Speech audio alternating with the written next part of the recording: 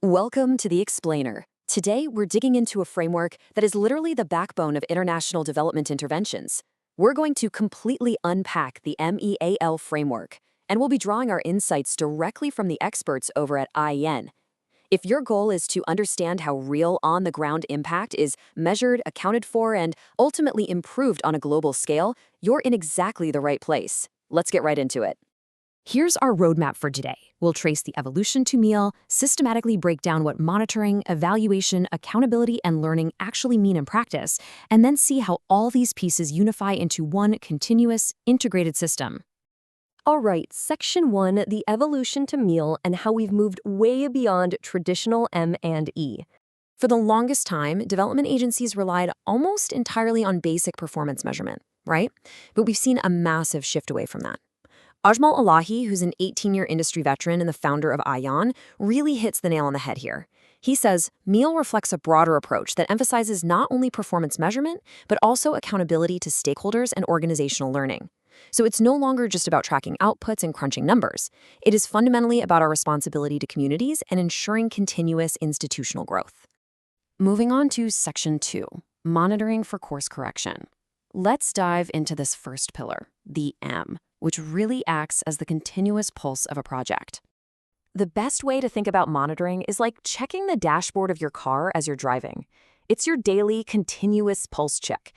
It's an ongoing process that keeps project activities on track by identifying day-to-day issues, which gives you the real-time information you need to course correct immediately.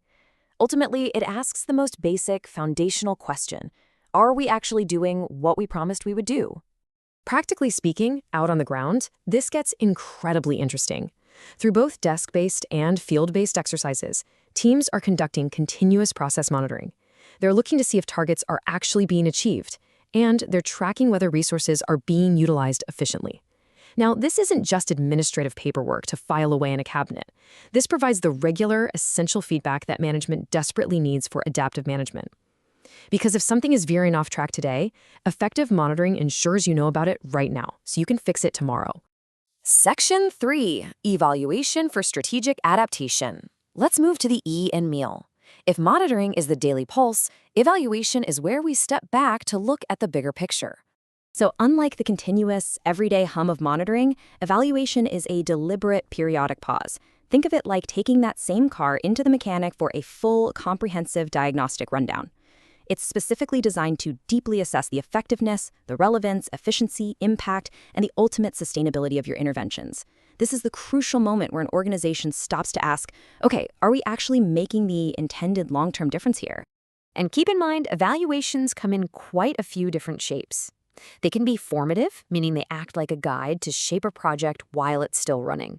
Or they can be summative, which judges the final, end-of-the-line outcomes. They might be hyper-focused on one specific project, or they can zoom way out for massive meta-evaluations that span entire sectors or themes. And crucially, they aren't always neatly scheduled on a calendar. Sudden contextual shifts, changing political situations, or unexpected disasters can, and frequently do, trigger urgent, ad hoc evaluations that require immediate strategic reassessment. Section 4, accountability to stakeholders.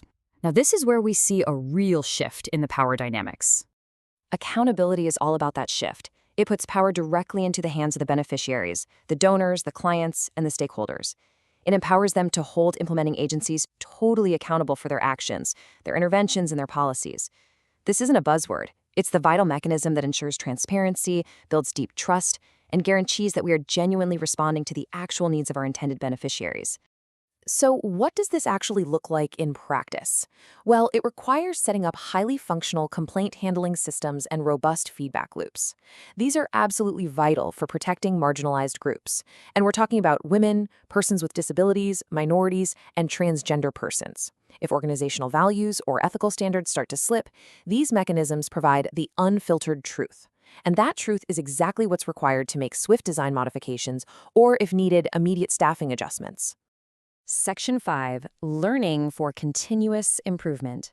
Let's transition to the final pillar, learning, which serves as the ultimate engine for adaptive programming. Learning really is the engine of continuous improvement. It takes all the raw, fragmented data we gathered from monitoring, evaluating, and our accountability systems, and it synthesizes the whole thing. It's the process where you refine your programming, revise your strategies, and turn key findings into high-level, actionable wisdom that updates your future plans.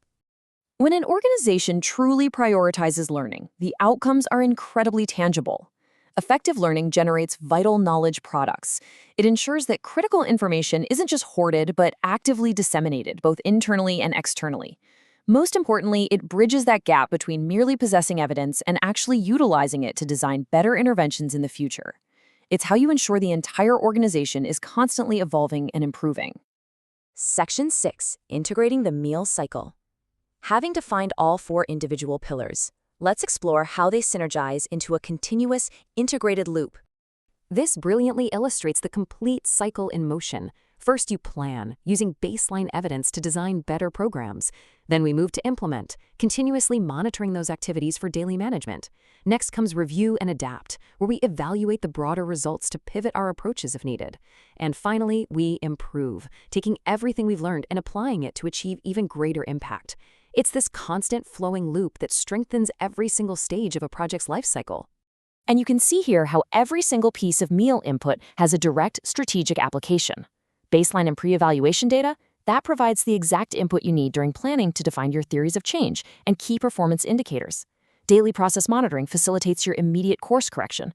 Your periodic evaluations support those broader adaptive adjustments when the context suddenly shifts. And stakeholder feedback refines your ethical standards and grounds the project in real-world perspectives. Literally nothing goes to waste. So ultimately, strong meal systems are far more than just tick-box compliance exercises. They create a living, continuous cycle of evidence generation, reflection, learning, and improvement. This highly integrated approach is how organizations truly come to understand what is working, what isn't working, and, most crucially, why. It is how you ensure that programs remain deeply responsive to the communities they actually serve. Which brings us to a somewhat provocative final thought. As these incredibly complex development challenges continue to evolve globally, is your organization simply measuring basic performance? Or are you truly adapting through continuous accountability and applied learning? Because that right there is the difference between merely observing a project from the sidelines and actively steering it towards sustainable, meaningful success. And that brings us to the end of today's deep dive. Thank you so much for joining me for this explainer on the MEAL framework. By transforming raw data into clear evidence, building those stronger accountability systems, and really prioritizing continuous learning, we pave the way for genuine, lasting impact. Keep learning, keep adapting, and I'll catch you on our next explainer.